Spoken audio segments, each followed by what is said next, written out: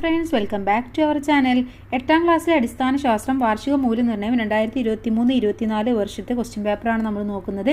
അപ്പോൾ നമ്മൾ ഈ വീഡിയോയിൽ ഫിസിക്സ്, കെമിസ്ട്രി, ബയോളജി മൂന്നിൻ്റെയും ആൻസേഴ്സ് ആണ് നോക്കാൻ പോകുന്നത്. അപ്പോൾ എല്ലാ കൂട്ടുകാരും നന്നായിട്ട് തന്നെ എക്സാമൊക്കെ എഴുതിയിട്ടുണ്ടാകുമെന്ന് വിചാരിക്കുന്നു.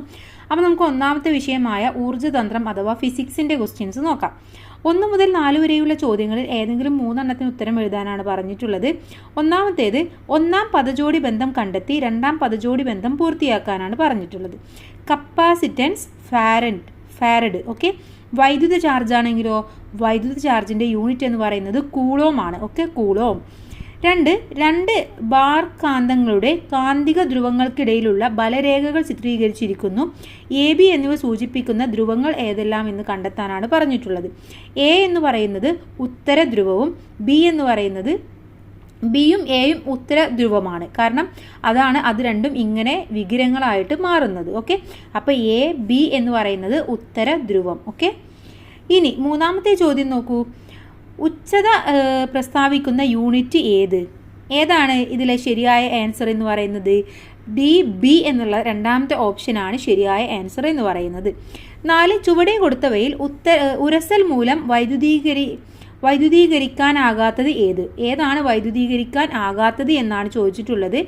ആൻസർ എന്ന് പറയുന്നത് ഹാക്സോ ബ്ലേഡ് ആണ്. ഓക്കെ, ഹാക്സോ ബ്ലേഡ് മൂന്നാമത്തെ ഓപ്ഷനാണ് ശരിയായിട്ടുള്ളത്.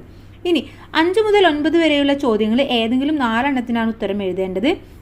5ാമത്തെ ചോദ്യം എന്ന് പറയുന്നത് ഒരു കോൺകേവ് ദർപ്പണത്തിൽ നിന്ന് 20 സെൻറ്റിമീറ്റർ അകലത്തിൽ ഒരു വസ്തു വെച്ചപ്പോൾ അതേ വലുപ്പമുള്ള യഥാർത്ഥ പ്രതിബിംബം ലഭിച്ചു. ദർപ്പണത്തിൻ്റെ ഫോക്കസ് ദൂരമാണ് കണ്ടെത്തേണ്ടത്. ഫോക്കസ് ദൂരം എത്രയാണെന്നാണ് ചോദിച്ചിട്ടുള്ളത്. അപ്പോൾ ഇവിടെ തന്നിട്ടുണ്ട് കോൺകേവ് ദർപ്പണത്തിൽ നിന്നും 20 സെൻറ്റിമീറ്റർ ആണ് അകലം എന്ന് പറയുന്നത്. അപ്പോൾ നമുക്കറിയാം R എന്ന് പറയുന്നത് 20 സെൻറ്റിമീറ്റർ ആണെന്ന് നമുക്ക് മനസ്സിലായി. ഇനി ഇവിടെ ചോദിച്ചിട്ടുള്ളത് ഫോക്കസ് ദൂരമാണ് കണ്ടുപിടിക്കേണ്ടത്. ഫോക്കസ് ദൂരം എന്ന് പറഞ്ഞാൽ എങ്ങനെയാണ് അതിൻ്റെ ഇക്വേഷൻ? F = R/2 എന്നുള്ളതാണ്. അപ്പോൾ R എന്ന് പറയുന്നത് 20 ആണ്, അഥവാ 20/2. അപ്പോൾ 10 എന്ന് കിട്ടും. അപ്പോൾ ഫോക്കസ് ദൂരം എന്ന് പറയുന്നത് 10 സെൻറ്റിമീറ്റർ ആയിരിക്കും. ഓക്കെ, 6ാമത്തെ ചോദ്യം. ഒരു ബാർ കാന്തത്തിന് ചുറ്റുമുള്ള കാന്തിക ബലരേഖകളുടെ 2 പ്രത്യേകതകൾ എഴുതാനാണ് പറഞ്ഞിട്ടുള്ളത്. ഒന്ന്, ഒരു കാന്തത്തിനു ചുറ്റും എല്ലാ തലങ്ങളിലും കാന്തിക ബലരേഖകൾ ഉണ്ട്. അതുപോലെ കാന്തിക ബലരേഖകൾ പരസ്പരം ബന്ധിക്കുന്നില്ല. ഓക്കെ, അപ്പോൾ ഒരുപാട് പ്രത്യേകതകളുണ്ട്. ഏതെങ്കിലും 2 എണ്ണമാണ് കൂട്ടുകാർ എഴുതേണ്ടത്. ഇനി 7ാമത്തെ ചോദ്യം. നെഗറ്റീവായി ചാർജ് ചെയ്യപ്പെട്ട ഒരു ദണ്ട് ഒരു ഇലക്ട്രോസ്കോപ്പിൻ്റെ ലോഹക്കമ്പിയിലൂടെ അടുത്തായി കൊണ്ടുവന്നത് ചിത്രീകരിച്ചിരിക്കുന്നു. ചിത്രം പകർത്തി വെച്ച് എ ബി എന്നീ ഭാഗങ്ങളിൽ രൂപപ്പെടുന്ന വൈദ്യുത ചാർജുകളുടെ വിതരണം ചിത്രീകരിക്കാനാണ് പറഞ്ഞിട്ടുള്ളത്. ഓക്കെ, അപ്പോൾ അവിടെ വിതരണം എന്ന് പറയുന്നത് എങ്ങനെയായിരിക്കും? ഒരു വൈദ്യുതകാന്തം വെച്ചിട്ടുണ്ടെങ്കിൽ അത് അങ്ങോട്ട് പോകുന്ന രീതിയിലാണ്, അതുപോലെ തന്നെ ഇങ്ങോട്ടും ആ ഒരു രീതിയിലാണ് വരുന്നത്. താഴെ കാണുന്ന ബി എന്നതിൽ ചുറ്റും വികിരണങ്ങൾ ഉണ്ടാകുന്ന രീതിയിൽ നിങ്ങൾ ചിത്രം വരയ്ക്കണം. ഇനി എ എന്ന് പറയുന്നത് പോസിറ്റീവ് ചാർജും ബി എന്ന് പറയുന്നത് നെഗറ്റീവ് ചാർജുമാണ്. ഇനി 8ാമത്തെ ചോദ്യം. ബഹിരാകാശ സഞ്ചാരികൾ ആശയവിനിമയത്തിനായി റേഡിയോ സംവിധാനങ്ങൾ ഉപയോഗിക്കുന്നതിൻ്റെ ആവശ്യകത എന്നാണ് ചോദിച്ചിട്ടുള്ളത്. എന്തിനാണ്? ബഹിരാകാശത്ത് വായു ഇല്ലാത്തതിനാൽ അവിടെ ശബ്ദം സഞ്ചരിക്കുവാൻ മാധ്യമം ഇല്ല. അതിനാൽ സംസാരിക്കുവാൻ റേഡിയോ സംവിധാനം ഉപയോഗിക്കുന്നു. അപ്പോൾ എന്തുകൊണ്ടാണ്? അവിടെ ബഹിരാകാശത്ത് എന്ന് പറയുന്നത് വായു ഇല്ലാത്തത് കൊണ്ട് അവിടെ ശബ്ദത്തിന് സഞ്ചരിക്കുവാൻ മാധ്യമമില്ല. അതുകൊണ്ടാണ് അവർ സംസാരിക്കുവാൻ റേഡിയോ സംവിധാനം ഉപയോഗിക്കുന്നത്. 9. ബോക്സിൽ നൽകിയിരിക്കുന്ന അളവുകളെ അടിസ്ഥാന അളവുകൾ, വ്യുൽപ്പന്ന അളവുകൾ എന്നിങ്ങനെ തരംതിരിക്കുക. അപ്പോൾ അടിസ്ഥാന അളവുകളിൽ വരുന്നത് നീളം, മാസ് എന്നുള്ളതാണ്. വ്യുൽപ്പന്ന അളവുകളാണെങ്കിൽ പരപ്പളവ്, സാന്ദ്രത എന്നുള്ളതാണ് വരേണ്ടത്. ഇനി 10 മുതൽ 13 വരെയുള്ള ചോദ്യങ്ങളിൽ ഏതെങ്കിലും 3 എണ്ണത്തിനാണ് ഉത്തരം എഴുതേണ്ടത്. ഓരോന്നിനും 3 സ്കോർ വീതമാണ്. 10ാമത്തേത് ചിത്രം നിരീക്ഷിക്കുക എന്നുള്ളതാണ്. 1ാമത്തെ ചോദ്യം എന്ന് പറയുന്നത് പ്രതിപതന രശ്മികളുടെ പാത ചിത്രീകരിച്ച് പ്രതിപതന രൂപീകരണം പൂർത്തിയാക്കാനാണ് പറഞ്ഞിട്ടുള്ളത്. അപ്പോൾ ഇത് ടെക്സ്റ്റ് ബുക്കിൽ കൊടുത്തിട്ടുണ്ട്, കൂട്ടുകാർ അതൊന്ന് നോക്കുക. എന്നിട്ട് അത് മനസ്സിലാക്കി വെക്കുക. അതുപോലെയാണ് നിങ്ങൾ വരച്ചിട്ടുള്ളത് എന്ന് മനസ്സിലാക്കി വെക്കുക. ഇതിലെ ബി ചോദ്യം. പ്രതിബിംബത്തിൻ്റെ ഏതെങ്കിലും 2 സവിശേഷതകൾ എഴുതാനാണ് പറഞ്ഞിട്ടുള്ളത്. 1, യഥാർത്ഥമായിരിക്കും. 2, തല കീഴായതായിരിക്കും. അതുപോലെ തന്നെ വസ്തുവിനേക്കാൾ ചെറുതായിരിക്കും. അപ്പോൾ ഇതിലെ ഏതെങ്കിലും 2 എണ്ണം നിങ്ങൾ എഴുതിയാൽ മതി. ഇനി 11. വവ്വാലുകൾക്ക് ഇരുട്ടിൽ സഞ്ചരിക്കാൻ സാധിക്കും. ഈ പ്രസ്താവനയോട് നിങ്ങൾ യോജിക്കുന്നുണ്ടോ? നിങ്ങളുടെ ഉത്തരം സാധൂകരിക്കാനാണ് പറഞ്ഞിട്ടുള്ളത്. എന്താണ്? അതെ, വവ്വാലുകൾക്ക് സഞ്ചരിക്കാൻ സാധിക്കും അല്ലേ? എന്തുകൊണ്ടാണ്? അൾട്രാസോണിക് തരംഗങ്ങൾ പുറപ്പെടുവിക്കാനും കേൾക്കുവാനും സാധിക്കുന്നു. ഇവ പുറപ്പെടുവിക്കുന്ന അൾട്രാസോണിക് തരംഗങ്ങൾ വസ്തുക്കളെ തട്ടി തിരിച്ചു വരുന്നു. അങ്ങനെ തടസ്സങ്ങൾ ഒഴിവാക്കി ഇവക്ക് സഞ്ചരിക്കാൻ സാധിക്കുന്നു. അതുകൊണ്ടാണ് വവ്വാലുകൾ ഇരുട്ടിൽ സഞ്ചരിക്കുന്നത്. ഇനി 12, മിന്നുള്ളപ്പോൾ അതിൽ നിന്നും നമുക്ക് രക്ഷ നേടാൻ സ്വീകരിക്കേണ്ട 3 മുൻകരുതലുകൾ എഴുതാനാണ് പറഞ്ഞിട്ടുള്ളത്. 1, തുറസായ സ്ഥലത്ത് നമ്മൾ നിൽക്കരുത്. അതുപോലെ തന്നെ മിന്നൽ സാധ്യതയുള്ള സമയത്ത് ലോഹവസ്തുക്കളെ സ്പർശിക്കരുത്. വൈദ്യുതോപകരണങ്ങൾ പ്രവർത്തിപ്പിക്കാൻ ശ്രമിക്കരുത്. ഓക്കെ, ഇനിയും ഉണ്ട്, നിങ്ങൾ ഏതെങ്കിലും 3 എഴുതാം. ഇനി 13, ചുവടെ കൊടുത്തവയിൽ നിന്ന് കോൺകേവ് ദർപ്പണം, കോൺവെക്സ് ദർപ്പണം എന്നിവയുമായി ബന്ധപ്പെട്ടവ തരംതിരിച്ച് പട്ടികപ്പെടുത്താനാണ് പറഞ്ഞിട്ടുള്ളത്. അപ്പോൾ ഇവിടെ കോൺകേവ് ദർപ്പണത്തിൽ വരുന്നത് എന്തൊക്കെയാണെന്ന് പറയാം. മേക്കപ്പ് മിറർ ആയി ഉപയോഗിക്കുന്നു, ഷേവിംഗ് മിറർ ആയി ഉപയോഗിക്കുന്നു, സോളാർ കൺസെൻട്രേറ്ററുകൾ ഉപയോഗിക്കുന്നു. ഇനി കോൺവെക്സ് ദർപ്പണമാണെങ്കിലോ വാഹനങ്ങളിൽ റിയർ വ്യൂ മിറർ ആയി ഉപയോഗിക്കുന്നു, തെരുവ് വിളക്കുകളിൽ റിഫ്ലക്റ്റുകളായി ഉപയോഗിക്കുന്നു, റോഡിലെ വളവുകളിൽ സ്ഥാപിച്ചിരിക്കുന്നു. ഇതൊക്കെയാണ് നിങ്ങൾ എഴുതേണ്ടത്. രണ്ടും പട്ടികയായിട്ട് എഴുതുകയാണ് വേണ്ടത്. അപ്പോൾ ഇത്രയുമാണ് നമ്മുടെ ഫിസിക്സ് എന്ന് പറയുന്നത്. ഇനി അടുത്തതായിട്ട് നമ്മൾ നോക്കാനുള്ളത് കെമിസ്ട്രി അഥവാ രസതന്ത്രം പേപ്പറാണ്. ഇതിൽ 1 മുതൽ 4 വരെയുള്ള ചോദ്യങ്ങളിൽ 3 എണ്ണത്തിനാണ് ഉത്തരം എഴുതേണ്ടത്. ഓരോന്നിനും 1 സ്കോർ വീതമാണ്. ചുവടെ നൽകിയിരിക്കുന്ന പ്രസ്താവനകളിൽ ഖരപദാർത്ഥങ്ങൾക്ക് യോജിച്ചവ കണ്ടെത്താനാണ് പറഞ്ഞിട്ടുള്ളത്. ഓക്കെ, അപ്പോൾ ഇവിടെ ശരിയായ പ്രസ്താവന എന്ന് പറയുന്നത് ഏതാണെന്ന് വായിക്കാം. കണികകൾക്ക് ചലന സ്വാതന്ത്ര്യം വളരെ കുറവാണ് എന്നതാണ് ശരിയായ പ്രസ്താവനയായിട്ട് വരുന്നത്. അതാണ് ആൻസർ എന്ന് പറയുന്നത്. 2, ചുവടെ നൽകിയിരിക്കുന്നവയിൽ നിന്നും പോളിമർ കണ്ടെത്തുക. Glucose, amino acid, protein. ഏതാണ്? പ്രോട്ടീനാണ് അവിടെ പോളിമറായിട്ട് വരുന്നത്. ഇനി 3, ജലത്തുള്ളികളിൽ ഗോളാകൃതിയിൽ കാണപ്പെടാൻ കാരണം എന്താണ്? എന്തുകൊണ്ടാണ് ജലത്തുള്ളികൾ ഗോളാകൃതിയിൽ കാണുന്നത്? എന്തുകൊണ്ടാണ്? അതിൻ്റെ പ്രതലബലം കൊണ്ടാണ് നമ്മൾ ഗോളാകൃതിയിൽ അതിനെ കാണുന്നത്. 4, രാസപദാർത്ഥങ്ങൾ സൂക്ഷിക്കാൻ പ്ലാസ്റ്റിക് ഉപയോഗിക്കുന്നു. പ്ലാസ്റ്റിക്കിൻ്റെ ഏത് സവിശേഷതയാണ് ഇവിടെ പ്രയോജനപ്പെടുത്തിയിരിക്കുന്നത്? ഏതാണ്? രാസവസ്തുക്കളുമായിട്ട് പൊതുവെ പ്രവർത്തനമില്ല എന്നുള്ളതാണ് ഇവിടെ സവിശേഷതയായിട്ട് പറയാൻ പറ്റുന്നത്. ഓക്കെ, അതുകൊണ്ടാണ് രാസപദാർത്ഥങ്ങൾ സൂക്ഷിക്കാൻ പ്ലാസ്റ്റിക് ഉപയോഗിക്കുന്നത്. ഇനി 5 മുതൽ 9 വരെയുള്ള ചോദ്യങ്ങളിൽ ഏതെങ്കിലും 4 എണ്ണത്തിനാണ് ഉത്തരം എഴുതേണ്ടത്. ഓരോന്നിനും 2 സ്കോർ വീതമാണ്. 5ാമത്തെ ചോദ്യം എന്ന് പറയുന്നത് magnesium plus oxygen equal to magnesium oxide എന്നാണ് പറഞ്ഞിട്ടുള്ളത്. ഈ പ്രവർത്തനത്തിലെ അഭികാരങ്ങളും ഉൽപ്പന്നങ്ങളും എഴുതാനാണ് പറഞ്ഞിട്ടുള്ളത്. ഇവിടെ അഭികാരങ്ങൾ എന്ന് പറയുന്നത് ഏതാണ്? മെഗ്നീഷ്യവും അതുപോലെ ഓക്സിജനുമാണ്. ഓക്കെ, ഉൽപ്പന്നം എന്ന് പറയുന്നത് മെഗ്നീഷ്യൻ ഓക്സൈഡാണ്. ഇനി ഈ രാസസമവാക്യം സമീകരിച്ച് എഴുതാൻ പറഞ്ഞിട്ടുണ്ട്. എങ്ങനെ എഴുതാം? Mg+O2 2MgO എന്ന് നമുക്ക് എഴുതാം. ഓക്കെ, ഇനി 6ാമത്തെ പ്രവർത്തനം വസ്ത്രനിർമ്മാണ രംഗത്ത് പ്രകൃതിദത്ത നാരുകളും കൃത്രിമ നാരുകളും ഉപയോഗിക്കുന്നു. ചോദ്യം പ്രകൃതിദത്ത നാരുവിന് ഒരു ഉദാഹരണം പറയാൻ പറഞ്ഞിട്ടുണ്ട്. ഏതൊക്കെ എഴുതാം? നമുക്ക് കോട്ടൺ, സിൽക്ക് എന്നിവ എഴുതാം. ഒരു ഉദാഹരണം എഴുതിയാൽ മതി, കോട്ടൺ, സിൽക്ക്. 2, ചോദ്യം കൃത്രിമ നാരുകളുടെ ഒരു മേന്മ എഴുതാൻ പറഞ്ഞിട്ടുണ്ട്. എന്തെഴുതാം? പ്രകൃതിദത്ത നൂൽത്തരങ്ങളെക്കാൾ വില കുറവാണ്, അതുപോലെ തന്നെ കൂടുതൽ ഈട് നിൽക്കുകയും എളുപ്പത്തിൽ ചുളുങ്ങുന്നുമില്ല. ഓക്കെ, 7ാമത്തെ ചോദ്യം ഇന്ന് വ്യാപകമായി അനുഭവപ്പെടുന്ന ഒരു പ്രശ്നമാണ് ജലമലിനീകരണം എന്ന് പറയുന്നത്. ജലസ്രോതസ്സുകളിൽ ജൈവ മാലിന്യങ്ങൾ നിക്ഷേപം ജലജീവികളുടെ നാശത്തിന് കാരണമാകുന്നു. എന്തുകൊണ്ടാണ്? ജൈവ മാലിന്യങ്ങൾ നമ്മൾ അഴുകുന്നതിന് ജലത്തിൽ ലയിച്ചു ചേർന്ന ഓക്സിജൻ ഉപയോഗിക്കുന്നതിനാൽ ഓക്സിജന്റെ അളവ് കുറയുന്നു. ഇതുമൂലം ജലജീവികളുടെ നാശത്തിന് കാരണമാവുകയും ചെയ്യും. ഓക്കെ, നമ്മൾ മാലിന്യങ്ങൾ അഴുകുന്നതിന് വേണ്ടിയിട്ട് ജലത്തിൽ ലയിച്ച ഓക്സിജൻ ഉപയോഗിക്കുന്നു. ആ ഓക്സിജന്റെ അളവ് അതുമൂലം കുറയുകയും അത് ജലജീവികളുടെ നാശത്തിന് കാരണമാവുകയും ചെയ്യും. ഇതിലെ ചോദ്യം ജലമലിനീകരണം തടയാൻ സ്വീകരിക്കാവുന്ന ഒരു മാർഗം എഴുതാൻ പറഞ്ഞിട്ടുണ്ട്. എന്താണ്? ജലസ്രോതസ്സുകളിൽ മാലിന്യങ്ങളുടെ നിക്ഷേപം ഒഴിവാക്കുക, അല്ലെങ്കിൽ അമിത രാസവള പ്രയോഗം ഒഴിവാക്കുക. ഇനി 8ാമത്തേത് ചില രാസപ്രവർത്തനങ്ങൾ നൽകിയിരിക്കുന്നു. ഇവ ഏത് വിഭാഗം രാസപ്രവർത്തനത്തിൽ ഉൾപ്പെടുന്നു എന്ന് ബ്രാക്കറ്റിൽ നിന്നും തിരഞ്ഞെടുത്ത് എഴുതാനാണ് പറഞ്ഞിട്ടുള്ളത്.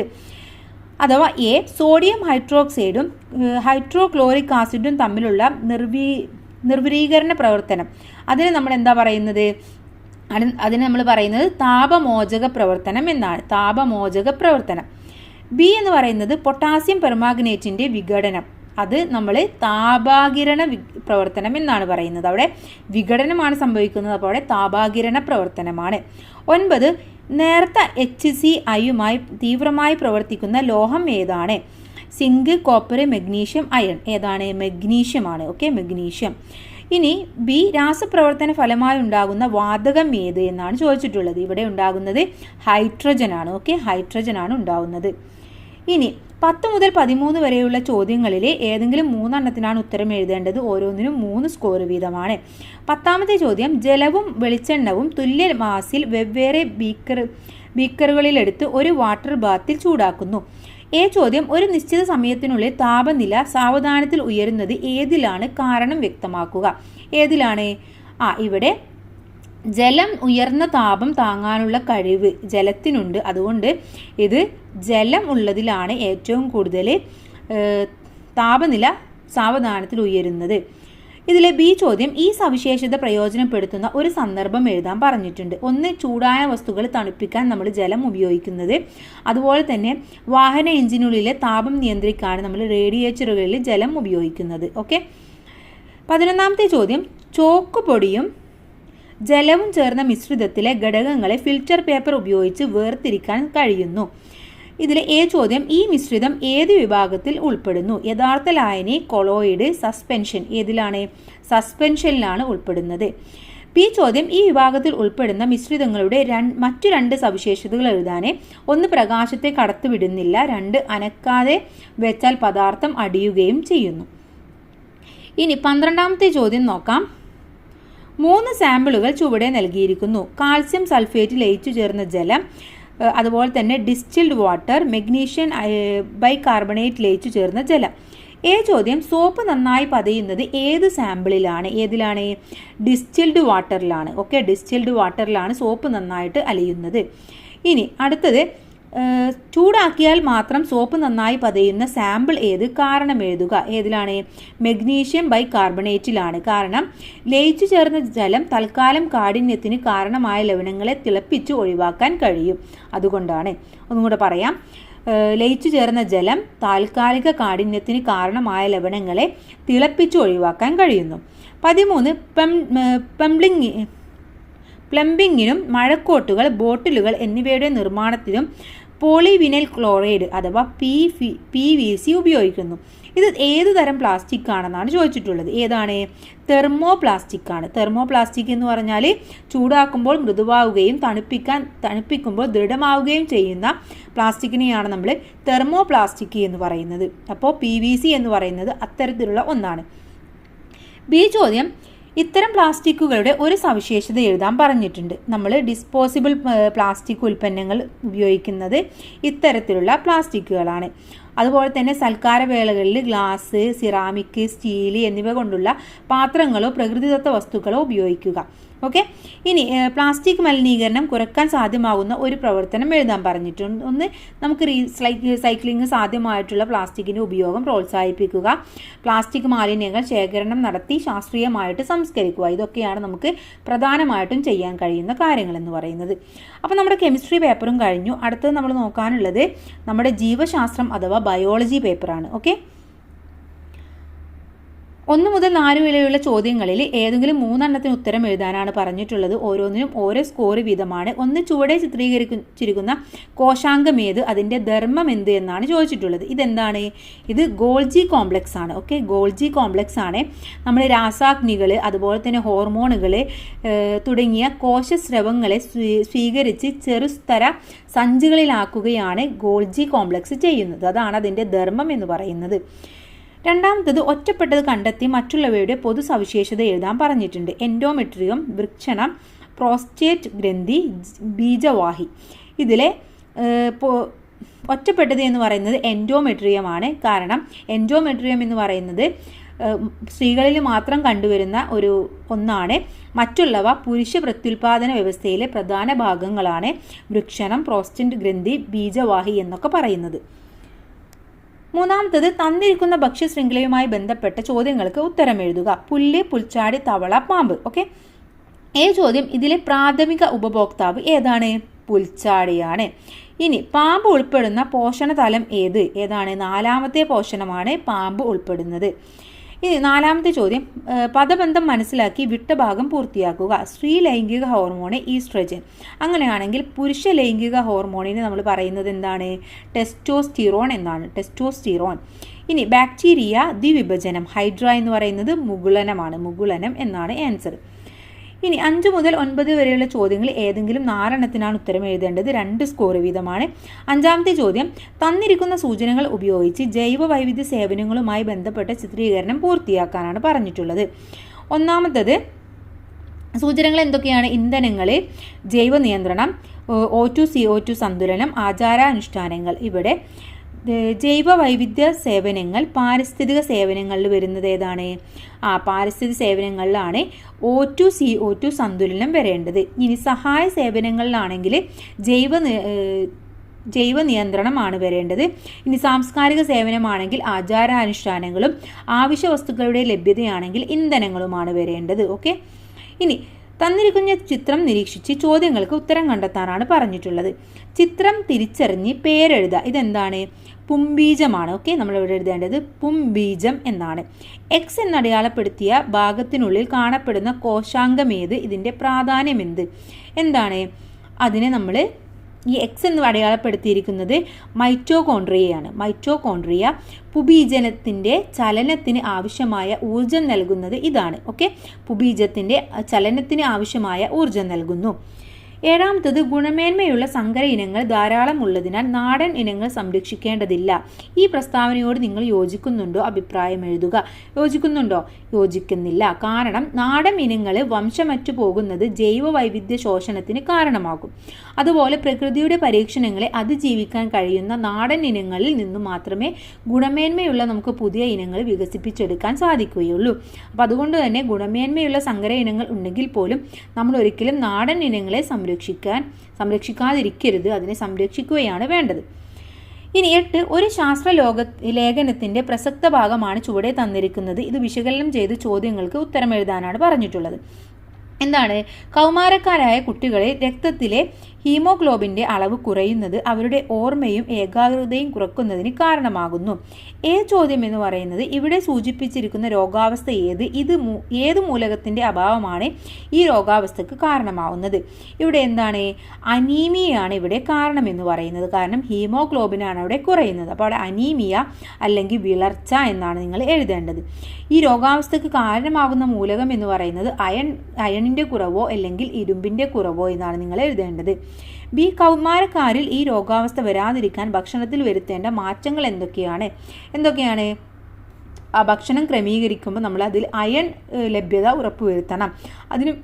അതിനുവേണ്ടി പച്ചക്കറികൾ, ഇലക്കറികൾ, പഴങ്ങൾ, പയറുവർഗ്ഗങ്ങൾ എന്നിവ അടങ്ങിയ ഭക്ഷണം കൂടുതലായിട്ട് കഴിക്കാൻ വേണ്ടി ശ്രമിക്കുക. 9, തന്നിരിക്കുന്ന ചിത്രീകരണം വിശകലനം ചെയ്ത് വിട്ട ഭാഗം പൂർത്തിയാക്കുക. സസ്യകലകളാണ്. ഒന്നിവിടെ തന്നിട്ടുണ്ട്, കോളൻ കൈമ. ഇനി എന്തൊക്കെയാണ്? എ എന്നുള്ളിടത്ത് നമ്മൾ എഴുതേണ്ടത് പാരൻ കൈമ എന്നാണ്. പിന്നെ കോളൻ കൈമ. ബി എന്നുള്ളിടത്ത് സ്ക്ലീറൻ കൈമ എന്നാണ് എഴുതേണ്ടത്. ഓക്കെ. ഇനി ഇവിടെ ഓരോന്നിൻ്റെയും സവിശേഷതയാണ് തന്നിട്ടുള്ളത്. അഥവാ പാരൻ കൈമയുടെ സവിശേഷതയാണ് സിയിൽ എഴുതേണ്ടത്. എന്താണ്? പ്രകാശ സംശ്ലേഷണത്തിനും ആഹാര സംഭരണത്തിനും സഹായിക്കുന്നു. കോളൻ കൈമയാണെങ്കിൽ സസ്യഭാഗങ്ങൾക്ക് വഴക്കവും താങ്ങും നൽകുകയാണ് ചെയ്യുന്നത്. ഇനി സ്ക്ലീറൻ കൈമ അവിടെ തന്നിട്ടുണ്ട്, സസ്യങ്ങൾക്ക് താങ്ങും ബലവും നൽകുന്നു. ഇനി 10 മുതൽ 13 വരെയുള്ള ചോദ്യങ്ങളിൽ 3 എണ്ണത്തിനാണ് ഉത്തരം എഴുതേണ്ടത്. 10ാമത്തെ ചോദ്യം, ആവാസ വ്യവസ്ഥയിലെ പ്രതിപ്രവർത്തനങ്ങളുമായി ബന്ധപ്പെട്ട് നൽകിയിരിക്കുന്ന പട്ടിക ഉചിതമായി പൂർത്തിയാക്കാനാണ് പറഞ്ഞിട്ടുള്ളത്. ജീവി ബന്ധങ്ങൾ പ്രത്യേകത ഉദാഹരണം. 1, പരാത ജീവനം എന്ന് തന്നിട്ടുണ്ട്. അതിൻ്റെ പ്രത്യേകത എന്ന് പറയുന്നത് എന്താണ്? ഒന്നിനു ഗുണം മറ്റേതിന് ദോഷവുമാണ് ഉണ്ടാവുന്നത്. ഉദാഹരണം, മാവും ഇത്തിൽക്കണ്ണിയും, അല്ലെങ്കിൽ പശുവും ചെള്ളും, അതുമല്ലെങ്കിൽ പന്നിയും കുളയട്ടയും. ഇതിൽ ഏതെങ്കിലും ഒന്ന് നിങ്ങൾക്ക് എഴുതാം. ഇനി അടുത്ത ജീവിബന്ധം എന്ന് പറയുന്നത് ഏതാണ്? കമൻസെലിസം. ഓക്കെ, കമൻസെലിസം എന്നുള്ളതാണ് അടുത്തത്. ഇതിൻ്റെ പ്രത്യേകത എന്ന് പറയുന്നത് ഒന്നിന് ഗുണകരവും മറ്റേതിന് ഗുണമോ ദോഷമോ ഇല്ലാത്ത അവസ്ഥയാണ്. അഥവാ മാവും മരവാഴയും അല്ലെങ്കിൽ സ്രാവും റിമോറയും. ഓക്കെ. ഇനി അടുത്ത ജീവിബന്ധം എന്ന് പറയുന്നത് മ്യൂച്വലിസമാണ്. മ്യൂച്വലിസം എന്നതിൻ്റെ പ്രത്യേകത എന്ന് പറയുന്നത് 2 ജീവികൾക്കും ഗുണകരമായിരിക്കും. ഉദാഹരണം, പൂവും പൂമ്പാറ്റയും. ഇനി 11 വർഗീകരണവുമായി ബന്ധപ്പെട്ട് നൽകിയിരിക്കുന്ന പ്രസ്താവന വിശകലനം ചെയ്ത് ചോദ്യങ്ങൾക്ക് ഉത്തരം എഴുതുക. മൊനീറ കിങ്ഡത്തിലെ ഒരു വിഭാഗം ബാക്ടീരിയകൾ കോശഘടനയിലും ജീവധർമ്മങ്ങളിലും മറ്റുള്ള ബാക്ടീരിയകളിൽ നിന്ന് വ്യത്യസ്തമാണ്. ചോദ്യം, ഇവിടെ പ്രതിപാദിച്ചിരിക്കുന്ന ബാക്ടീരിയ ഏതാണ്? ആർക്കി ബാക്ടീരിയ. ഇനി ഈ ബാക്ടീരിയകളെ ഉൾപ്പെടുത്താൻ 5 കിങ്ഡം വർഗീകരണത്തിൽ വരുത്തിയ പരിഷ്കാരം എന്ത് പരിഷ്കാരമാണ്? ഈ കിങ്ഡം മൊനീറയ ബാക്ടീരിയയെ ആൽക്കിയ എന്നീ 2 കിങ്ഡങ്ങളിലാക്കി തിരിക്കുകയാണ് ചെയ്തത്. ഇതിനെ കിങ്ഡം മൊനീറയ ബാക്ടീരിയ എന്നും ആർക്കിയ എന്നും 2 കിങ്ഡങ്ങളിലാക്കി വേർതിരിച്ചു. ഇനി ഇത് നിർദ്ദേശിച്ച ശാസ്ത്രജ്ഞനാര്? അദ്ദേഹം കിങ്ഡത്തിന് മുകളിലായി നിർദ്ദേശിച്ച വർഗീകരണ തലം ഏതാണ്? ഇത് നിർദ്ദേശിച്ച ശാസ്ത്രജ്ഞൻ എന്ന് പറയുന്നത് കാൾ വൗസ് ആണ്. കാൾ വൗസ് അദ്ദേഹത്തിൻ്റെ ആ ഒരു വർഗീകരണത്തെ നമ്മൾ ഡൊമെയിൻ എന്നാണ് പറയുന്നത്. ഡൊമെയിൻ. ഇനി 12 ജൈവ വൈവിധ്യ സംരക്ഷണവുമായി ബന്ധപ്പെട്ട് നൽകിയിരിക്കുന്ന ചോദ്യങ്ങൾക്ക് ഉത്തരം എഴുതാനാണ് പറഞ്ഞിട്ടുള്ളത്. ജീവജാലങ്ങളെ അവയുടെ സ്വാഭാവിക ആവാസ വ്യവസ്ഥയിൽ സംരക്ഷിക്കുന്ന രീതി ഏത് രീതിയാണ്? അതിനെ നമ്മൾ ഇൻസ്റ്റു കൺസർവേഷൻ എന്നാണ് പറയുന്നത്. ഇൻസ്റ്റു കൺസർവേഷൻ. ഇനി ബി, ചുവടെ നൽകിയിരിക്കുന്നവയിൽ നിന്നും ഈ രീതിയുമായി ബന്ധപ്പെട്ടവ തിരഞ്ഞെടുത്ത് എഴുതാനാണ് പറഞ്ഞിട്ടുള്ളത്. ഇവിടെ ഇതുമായി ബന്ധപ്പെട്ടത് 1 നാഷണൽ പാർക്കും 2 ഇക്കോളജിക്കൽ ഹോട്ട്സ്പോട്ടുമാണ്. നാഷണൽ പാർക്ക്, അതുപോലെ ഇക്കോളജിക്കൽ ഹോട്ട്സ്പോട്ട്.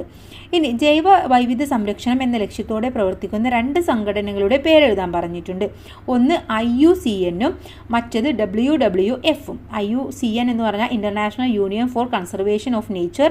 WWF എന്ന് പറഞ്ഞാൽ World Wide Fund for Nature. ഇത് രണ്ടുമാണ് ഇതിനായിട്ട് പ്രവർത്തിക്കുന്ന 2 സംഘടനകൾ എന്ന് പറയുന്നത്. ഇനി തന്നിരിക്കുന്ന ചിത്രം നിരീക്ഷിച്ച് ചോദ്യങ്ങൾക്ക് ഉത്തരം എഴുതുക.